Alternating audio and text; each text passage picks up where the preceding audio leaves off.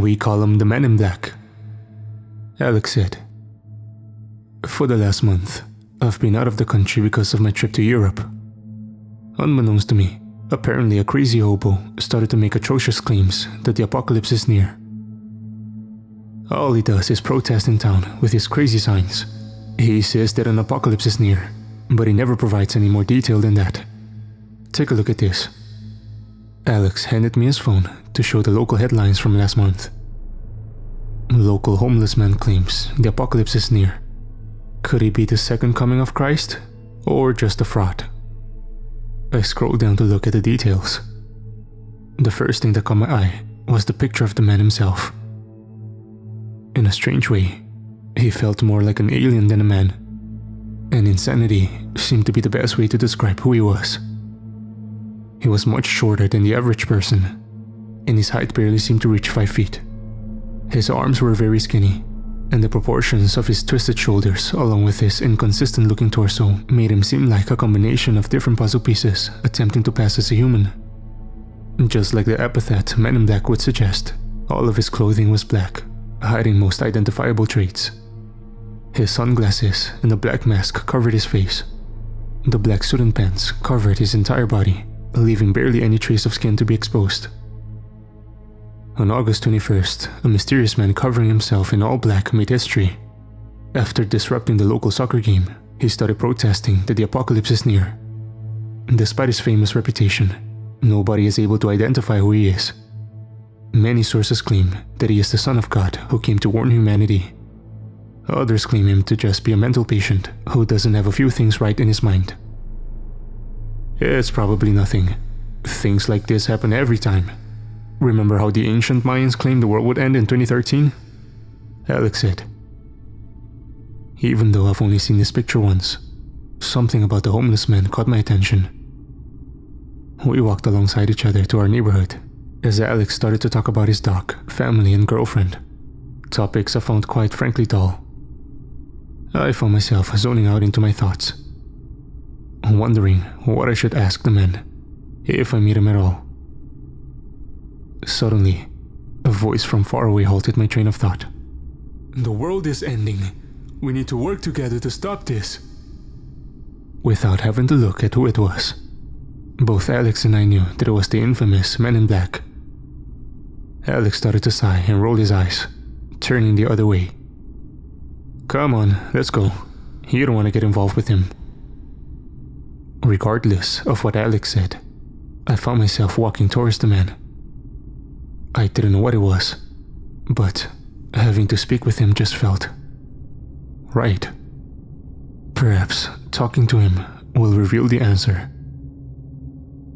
I allowed my footsteps to carry me, and I found myself standing in front of the Man in Black himself. He looked similar to what I saw in the headlines. A black cap, sunglasses, and a black mask, along with a black jacket and black pants despite the heat. There were still many apparent differences compared to the pictures. Unlike in the headlines, his body seemed to have aged almost a decade. Even though it was hard to catch, there were many scars seen on his face, and his skin looked much dirtier. A closer look revealed a huge scar passing by his nose, reaching far down to the corner of his lips. However, the most obvious difference was the attention he was receiving, or a lack thereof. In the pictures, a crowd of people were surrounding him, whether they be believers of his claims or journalists. Now, all that was left of him were his signs. Despite his efforts, nobody seemed to even give him a look of attention, ignoring him as if he just became a natural part of their lives. Instinctively, I knew that the moment he saw me, his eyes lit up. Just like how I wanted to meet him, it seemed like he wanted to meet me as well. Maybe it was because he was lonely? Hello there, sir, he joyously exclaimed. While I hesitated to do so at first, I offered a handshake as a greeting. Hi, my name's Max. I just wanted to meet you after I saw you on the news. The man shook my hand excitedly as he started to say, What a coincidence. My name's Max as well. Before I got the chance to speak, he continued rambling. Max, the world is going to end soon. Everything on this earth will die. I saw it with my own eyes. It was a long time ago, so I don't exactly remember everything. But everyone was gone, even the animals and plants. Nobody believes me, but I know you will. Right. And how do you know all of this? I asked. Max fell silent for a moment. Then he answered without a single tone of irony or sarcasm. Well, Max, living through all of history changes a man. The man continued rambling on, telling me anecdotes of various things he experienced from the age of the dinosaurs, the French Revolution, and many other historical events I didn't recognize. His details of those events were very vivid and specific, almost as if they were words taken out of a book. As his rant continued on, it felt like he was stuck in his own imagination, forgetting that he was talking to me in the first place. Something about the man spoke to me in a strange way, even though I didn't really believe what he said. His way with words hypnotized me into his stories, and I could certainly see him tricking people into believing he was a savior or a messiah. However, to me he wasn't. Well, it was nice talking to you, Max. I hope to see you around more. I tried to end the conversation, knowing that there was no point in talking to him more. My pleasure, Max replied, as if sensing my feeling of alienation. I started to walk towards Alex, and together, we walked to our neighborhood.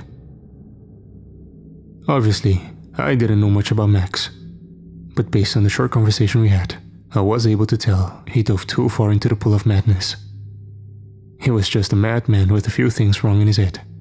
He was a self-obsessed lunatic lost in his own fantasies, too stubborn to accept a reality that clashed with his imaginations. While his demeanor looked convincing at first, every one of his actions felt uncanny, like an alien imitating a human. And obviously his blabbering about the apocalypse was nonsense. There is no way the world will end anytime soon. Talking to him was a waste of my time. And I eventually got him out of my mind. It wasn't until a few weeks later that I was reminded of Max.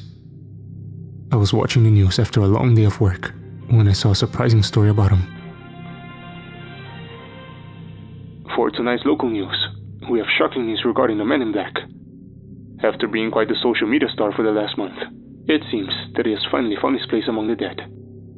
Just today, a recording of his final moments has been posted online. Let's play the video. A warning of disturbing content popped up, and the video played. In it, Max was crying in pain, looking at the sky in a mix of rage and despair while kneeling on the floor. He then yelled, "Nobody in this reality understands. With my efforts, I will help you see. I need to find a way. I must find a way. Even if it takes 100 years. Even if it means I'll have to sell my soul. I'll do it. I will find a way to prevent this apocalypse." Compared with the conversation I had with him before, his voice was much more inhumane. It resembled that of a dying horse more than a person, and I was able to tell that his descent into madness intensified. Suddenly, something under his skin started to shift.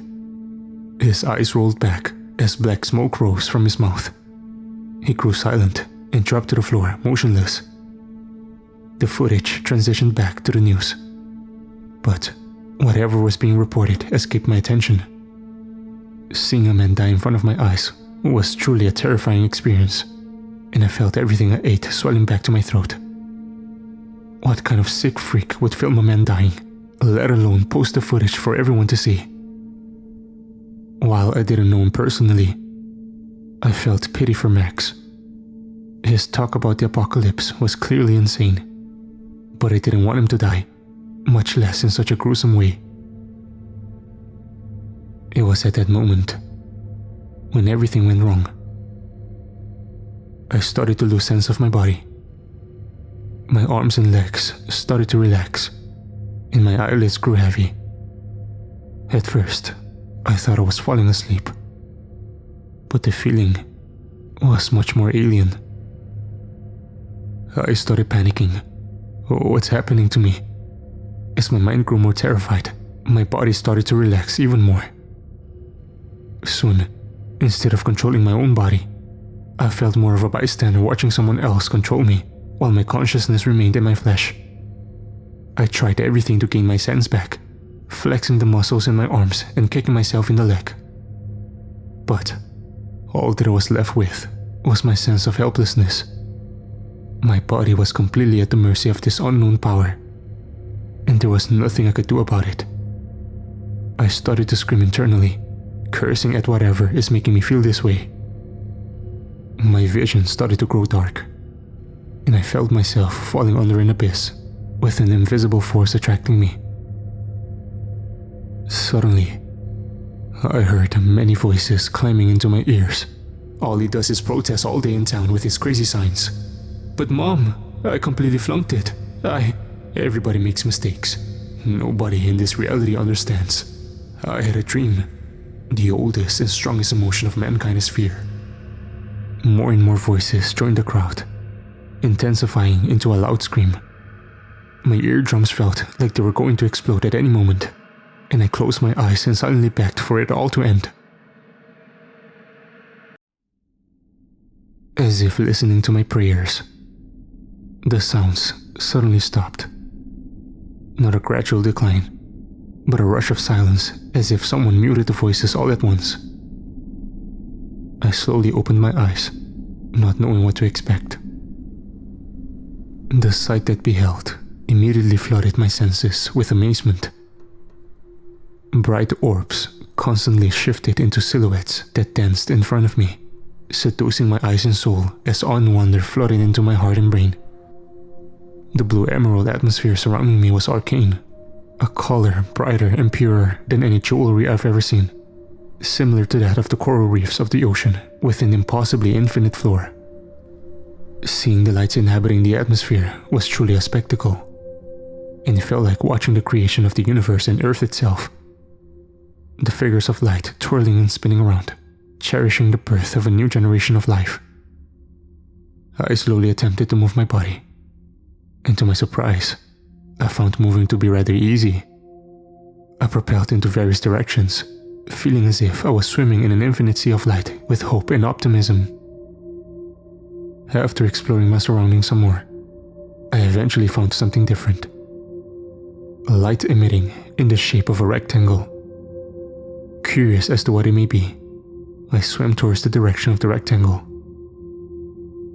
It soon dawned on me that it wasn't a single rectangle that I was looking at.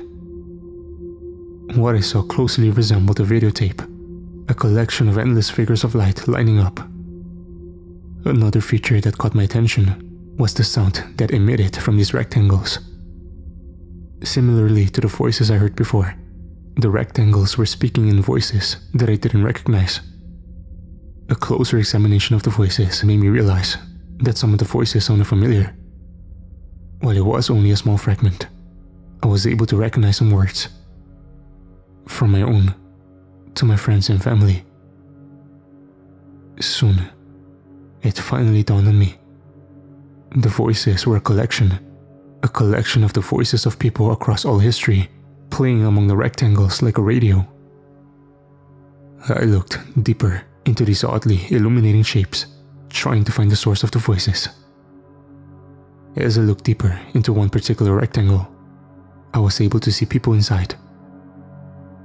Two knights in silver chainmail armor, dueling in the field of a medieval castle. The people inside the rectangle weren't moving, but were frozen like a photo, a record of one specific moment in time. At first, I thought that the people inside the rectangles were making the voice, but I soon realized that that wasn't the case. In fact, as I was focusing on one rectangle, no voice was to be heard at all. The voices were only heard as I moved across each rectangle. Hearing the voices of everyone in history and seeing history play right before my eyes as each rectangle passed by was like watching a film. A movie that contains all of history. Fascinated by its unexpected feature, I started to explore the rectangles further. I started to touch and scroll around the rectangle. Soon I found myself observing every corner of the earth, from the depths of the Amazon forest to to the Great Wall of China. These rectangles, whatever they were far more powerful than whatever I could imagine. They were the embodiment of space and time itself, from the bacteria living in its realm of microorganisms to the countless galaxies that make up the universe, from the Big Bang to the infinite expansion of the universe. All past, present and future were one in these rectangles, for they made up the very concept of time itself. They were both the key and gate that watched our every movement and knew all the mysteries humanity craved to solve all these years. Realizing the power I had in my hands, I started to move towards the rectangles in the future excitedly. As I examined every rectangle, I found myself staring in awe as the historical events I read about in textbooks fluttered by my eyes.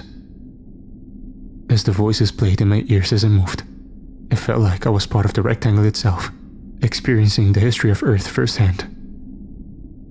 From the Cold Ice Age, I saw trillions of species adapt and evolve as time passed. While many died off and went extinct, many were able to adapt and survive despite the disastrous change. Even in their darkest days, they still had a sense of hope and desire for survival, allowing Earth to garner the next generation of organisms.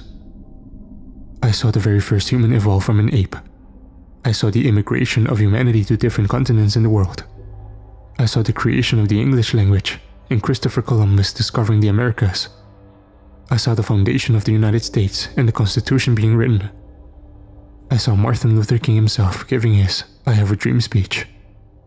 I saw human civilization mature from the puny buildings of stone to mighty skyscrapers, and it was truly beautiful to see humanity grow from the primordial ages to the present day. The vision reminded me that, despite our physical and psychological limitations, we are still capable of accomplishing unimaginable things. A sense of inspiration grew from my heart as I watched humanity growing from one of the many unimportant species on the planet up to the ruler of the earth. As I moved further into the future, eventually, I saw my own past. It looked like I was about 12 years old, and I held a test sheet with a big red F on it, and the younger me was crying tears of sorrow as he dug deeper into my mom's arms. "I wish I could go back in time, Mommy," younger Max said to his mother. With that, I traveled further into the future, eventually finding myself on the borderline between the present and future, and the ultimate threshold of belonging and unbelonging. I took a deep breath and closed my eyes. To be honest, I wasn't quite sure what to expect to see in the future, if I wanted to see anything at all. How and when do I die? What does human civilization look like? Did I truly want to know the answers to the questions? To be cursed with knowledge? After gathering my thoughts, I came to an answer. Yes, I did want to see what the future held. Arriving at this place was the greatest blessing in my life, and I knew that it was my job, my duty to lead humanity into the next step of evolution after learning everything that I've experienced here. I decided to look into the future, to dive into the pool of forbidden knowledge that may drive me into infinite knowledge. Or madness. Despite my heart exploding with a mix of excitement and dread, I still didn't have the guts to fully see the future. Knowing that I didn't have the capacity to understand what I was about to witness, I decided to close my eyes and only listen, promising to myself to only open my eyes at what seemed like the right moment. After taking a deep breath, I slowly moved towards the future, taking in everything that the future had to offer. I wasn't quite sure how far I traveled, but I stopped when the rectangles grew silent. The only thing that was heard was the empty sound of wind. Only the echoing sound from the rectangles before could be heard, lingering in my ears. Confused, I opened my eyes and looked into the rectangles to see if anything was wrong. I was able to see the earth, but something wasn't right. There wasn't any light coming from the cities, and the earth lost all its colors, as if it was covered with volcanic ash. I quickly zoomed into the earth to see what was wrong. The cities were empty, with cars crashed into buildings and buses. The trees and grass were all dry and lifeless, giving the atmosphere a dreadful grey tone. That's when I saw the corpses lying on the ground. A sudden chill ran down my spine, and I looked closer to figure out what might have caused this massacre. A plague? Perhaps a meteor? To my surprise, the bodies showed no trace of harm, except for the fact that they were not moving at all. The body looked almost alive. No scars, wounds, or signs of decomposition. It looked as if people dropped dead out of the blue, their bodies freezing in time. It wasn't just people either. I was able to see all the animals, from the pigeons on the street to the lizards in the bush laying on the ground lifeless. Just like the other dead bodies on the street, it had no sign of harm or decomposition. Of course, there were many extinctions in the past, but unlike this one, many species were able to survive and prosper. They were able to adapt and change with the times. However, this time it seemed like there wasn't any time to adapt at all. There was no sense of hope and desire, no survival to allow Earth to garner the next generation of organisms. From the microscopic bacteria to the majestic blue whales, nobody seemed to be aware or prepared.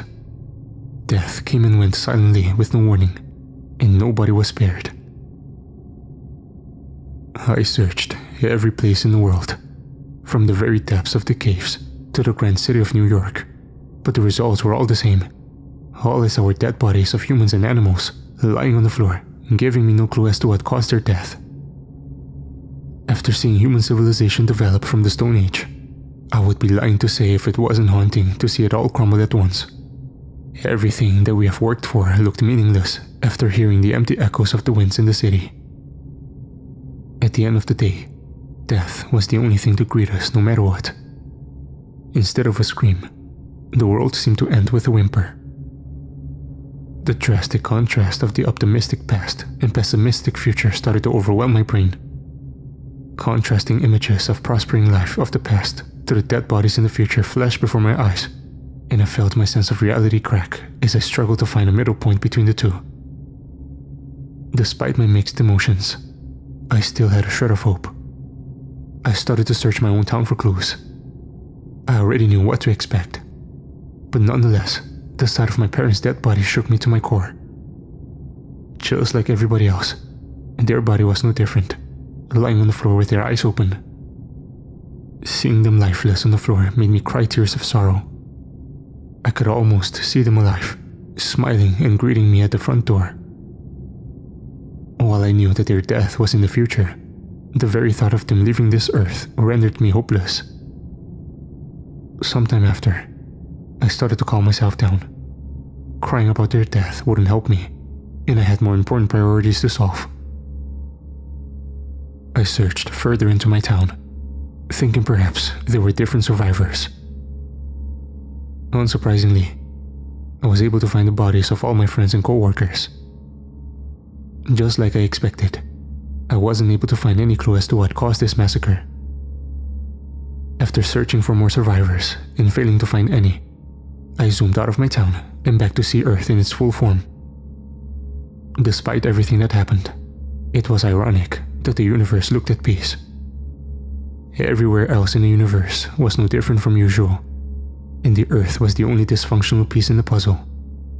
Seeing the drastic contrast between Earth and the universe made me realize that humanity were merely ants living on a placid island of ignorance in the midst of the Black Sea, and our extinction doesn't have any significance. The universe will continue to exist no matter what, even after we're all gone. Regardless, I had to find a way to prevent this apocalypse. While I may not be able to prevent it, I still had to at least know how it happens. I started to move my body towards the left, when I heard a sound that made my heart sink. A sound echoed into the atmosphere. The sound was very rhythmic and cold, reminding me of a clock. However, as the noise started to slowly grow, eventually I noticed other sounds growing along with it. At first, it was nothing but small sounds of crickets. However, the sound quickly escalated as painful cries of animals and humans started to echo along the atmosphere. The sounds of the creatures overpowered the ticking sound, and soon the roar grew to be a distorted mix of haunted cries burning in the fiery depths of hell. I covered my ears with all my strength, but the sound still pierced my head, and it felt like my ears were exploding. As the sound intensified, the bright blue atmosphere started to bleed into red, as if gallons of blood were flooding the ocean. The bright orbs of light started to darken, eventually turning into miniature black holes resembling viruses claiming countless victims, leading to their deaths. Seeing the darkness inhabiting the bloody atmosphere was nothing but horrific, and it felt like watching the death of all life and destruction of the universe itself. The figures of darkness twirling and spinning around, claiming one soul after another, satisfying their thirst for blood. The black holes started to frantically circle a creature as it emerged, dancing as they welcomed their master. And the moment I saw its appearance, I felt my mind cornering into insanity. My sense of reality shattering as horrors far transcending my darkest nightmares started to grow before my eyes. Its legs were as big as a mountain, and the body it was attached to was bigger than the ocean itself. That appearance was only a small fragment of its true form, as I saw its full body extend far beyond my vision. I tried to look further into the creature's body, but stopped myself, knowing it would further drive me into madness. It had shape, but it wasn't composed of matter. 1,000 shapes of horror beyond all memory. Its body was a mix of chaotic balls of light and smoke, the tone and form of its body constantly shifting. The slime keeping its body together, fluttering my eyes with a firework of alien colors that nearly blinded me. Attached to its form resembling a body were vaguely spherical shapes similar to eyes, staring at me as a reminder that nobody else belonged here except for the creature itself. No good, no evil, no life or death. Only it. The null. It was the symbol of hopelessness, the embodiment of despair. My lips trembled, and my legs turned to jelly, my body freezing inside, my guts tied into a knot, making me sick.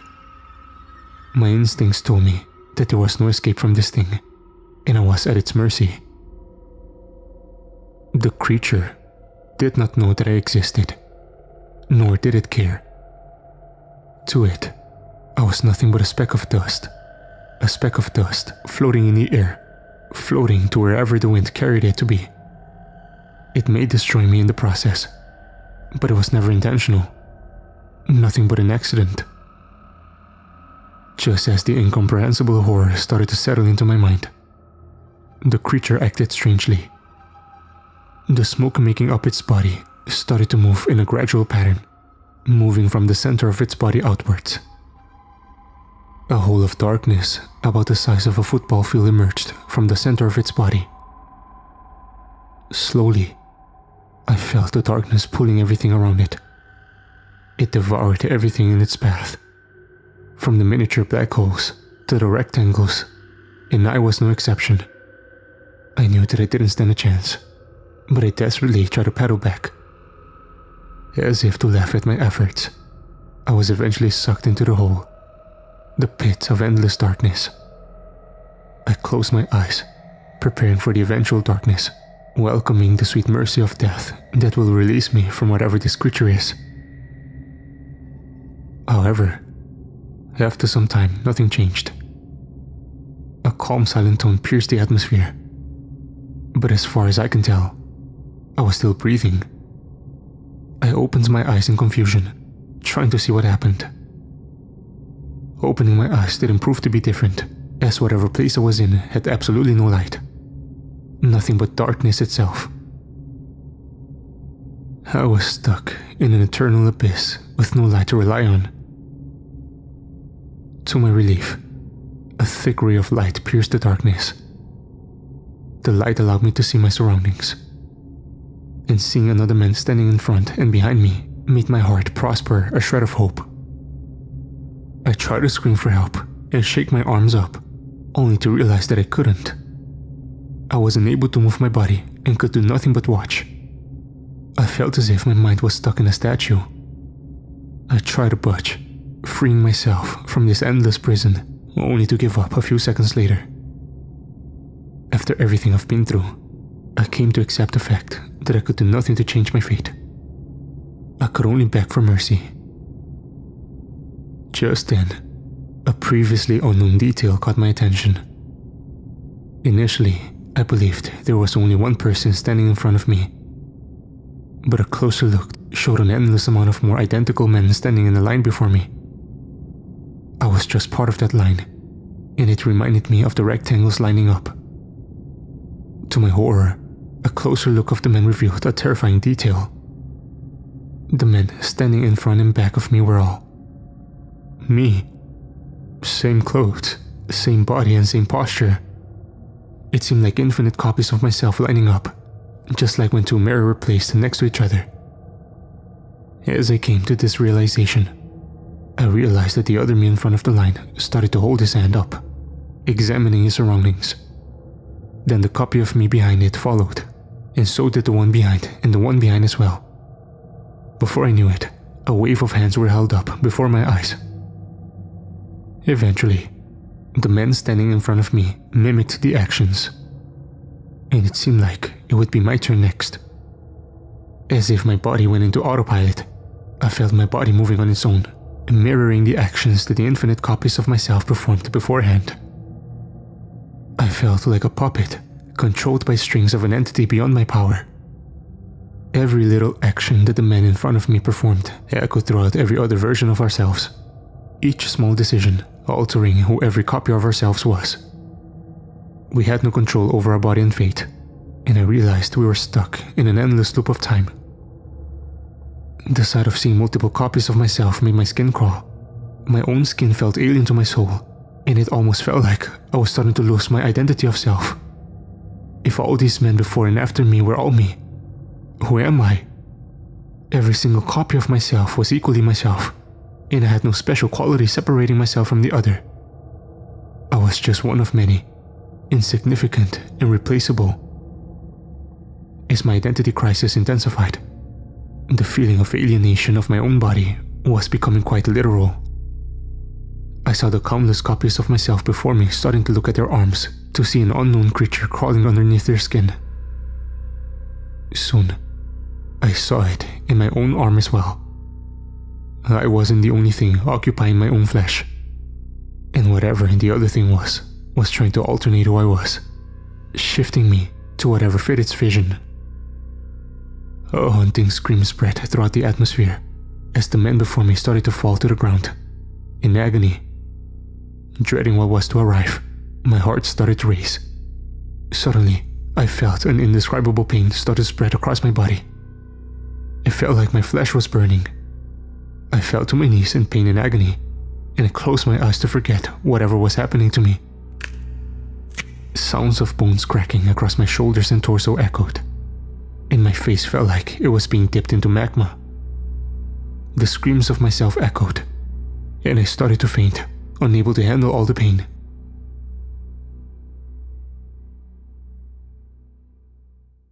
My eyes started to slowly open as I felt drops of water falling on my cheek. What stood before my eyes was grass, green and alive than ever. In shock, I slowly rose from the ground. I examined my surroundings, realizing that I was in my neighborhood. A rush of relief flooded my heart as I felt the rain smeared across my face. What a feeling to be alive.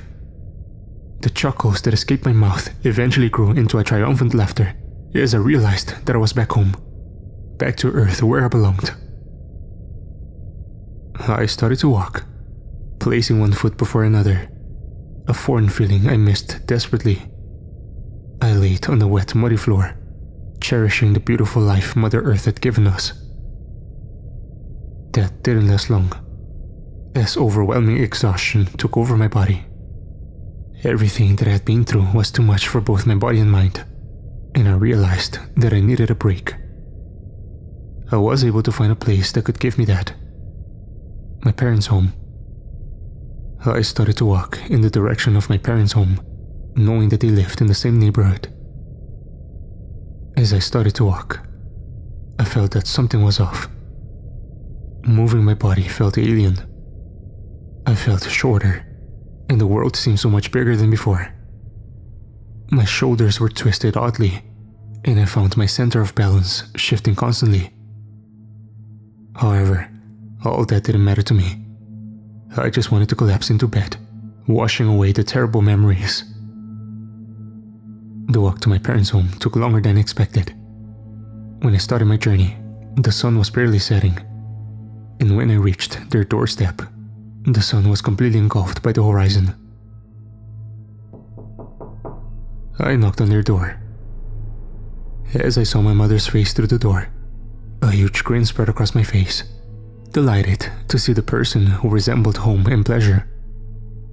However, she seemed to have different opinions. As she opened the door to see me, her eyes and mouth widened as she dropped to the floor out of terror. My smile quickly morphed into a frown, and I reached my hands out to help her up. As I did so, she started to squirm in horror and started to beg. "Please, I have a son and a husband." Out of confusion, I attempted to calm her down. "Mom, it's me, Max." As these words escaped my mouth, I realized that they sounded alien. My voice sounded much more crisp and hoarse, as if it aged decades. Just as I finished my sentence, I saw my dad walking from the living room, aiming a rifle to my face. "I don't remember having a son like you," he said as he placed his finger on the trigger. My parents' eyes were filled with terror and nervousness, and I felt like an alien. The look they gave me was more haunting than anything I've seen so far. Seeing their lifeless eyes staring at my soul. To get out of this awful situation, I turned and ran into the night as drops of water flowed down my face. I wasn't quite sure if they were raindrops or tears. After some time, I stopped to gather my breath.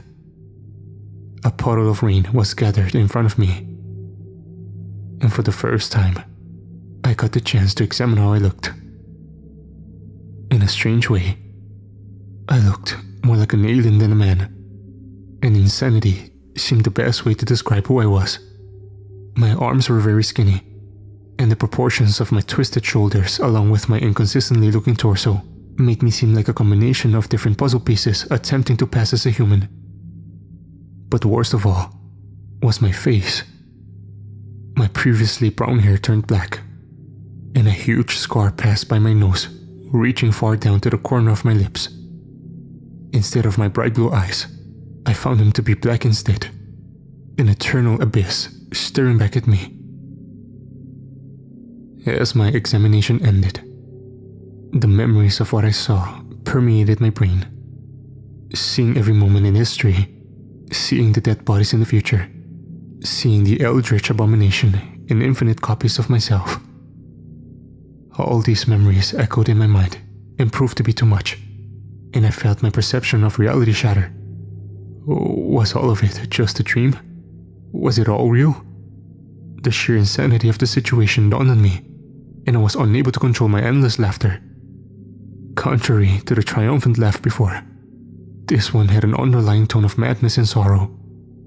What a situation I was stuck in. I laughed louder and louder, the sound gradually turning into a sob.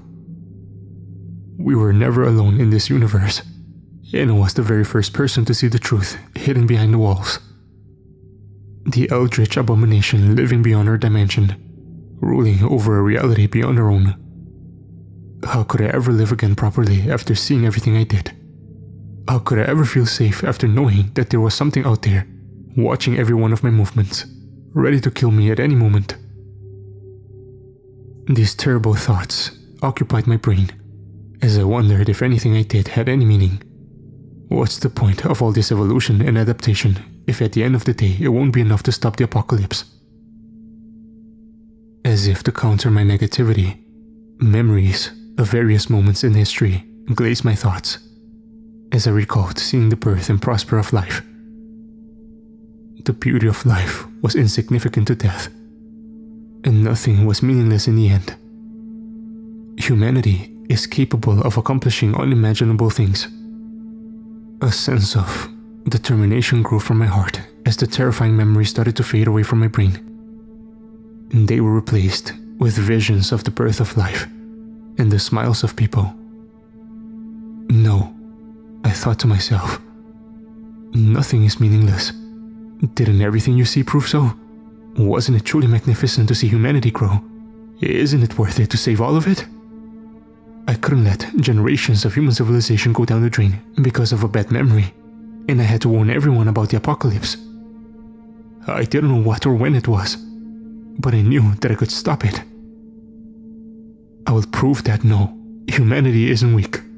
We're not just meaningless dust. We're capable of protecting ourselves, and always will be.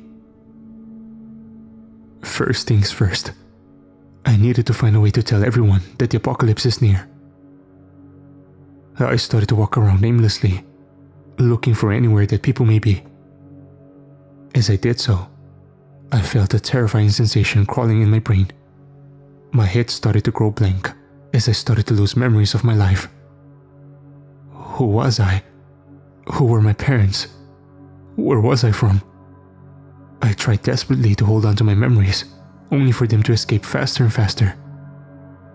Soon, all my memories were gone, and all that was left in my brain was the terrifying experience and my will to stop the apocalypse. The only personal detail left in my brain was my name, Max. Even that seemed insignificant. Losing my memory was terrifying at first, but soon I came to accept it as part of my destiny, and in a strange way, felt relieved by it. All those memories were distractions, and I needed to focus on the task that the universe has cursed me with. I walked for hours and hours, and eventually, I saw the sun rising from the horizon. The birth of a new day. The daylight made it easier for me to observe my surroundings, and I saw a soccer stadium nearby. Cheers emitted from the field, and I realized that that was the perfect place to start my quest. A shred of humanity seemed to remain inside of me as I felt ashamed to show my face in public. I looked for a way to cover my face and felt the weight of sunglasses and mask inside my pockets. I placed them on my face, covering it. That should do the job. Ignoring the security at the stadium, I rapidly ran to the audience seats. Parts of the crowd seemed to notice my existence, and whispers of gossip flooded the stadium. I wasn't able to tell what they were saying exactly, but I knew they were making fun of my appearance. It was hard to ignore them, but I started to scream. "Everybody, please listen to me. The apocalypse is near." Those words caught the attention of everyone in the stadium, from the little children in the audience to the players on the field. They all looked at me in confusion, and all the attention made me feel like a savior, a messiah of sorts. The stadium camera zoomed into me, and my appearance was displayed across the screen.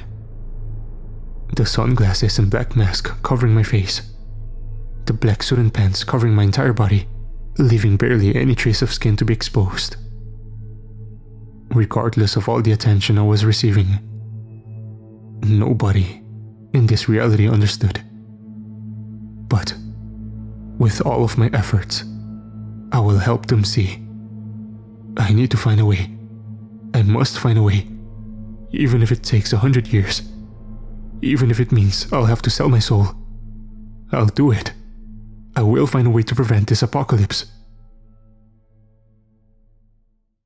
My screams continuously echoed throughout the stadium as the date displayed on the screen was caught out of the glimpse of my eye.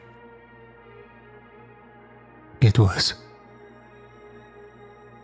August 21st,